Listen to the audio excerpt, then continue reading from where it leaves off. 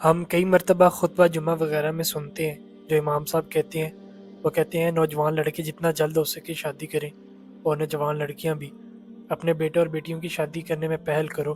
اور کہتے ہیں میں سب کے والدین سے مخاطب ہوں کہ اب تک جتنے بھی رشتے آپ کی بیٹی کے لیے آئے ہیں ان سب کے اخلاق اور دین آپ کو نہیں اچھے لگے، جتنے بھی رشتے آپ کے گھر آتے ہیں آپ انہیں مسترد کر دیتے ہیں، کیا یہ کفر نہیں ہے؟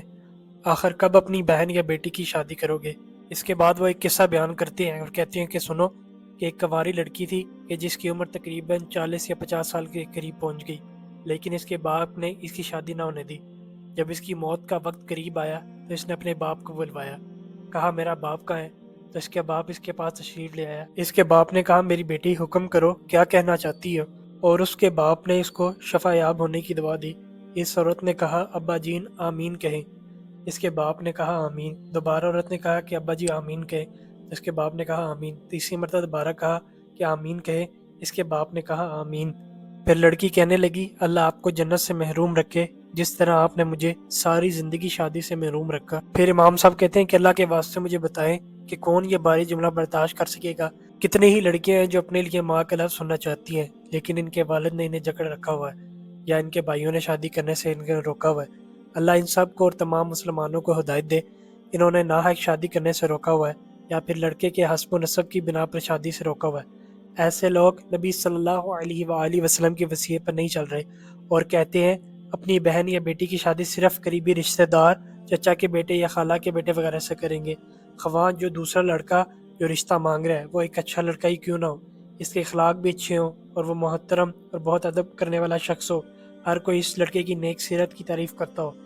کس لیے آپ نے اپنی بیٹی کی شادی اس لڑکے سے نہیں کرانی؟ جبکہ نبی صلی اللہ علیہ وآلہ وسلم فرماتے ہیں اگر ایسا نہیں کرو گے تو زمین میں فتنہ پھیلے گا اور بڑی خرابی ہوگی، اگر شادی نہیں کرو گے تو معاشرے میں فتنہ و فساد پھیلے گا۔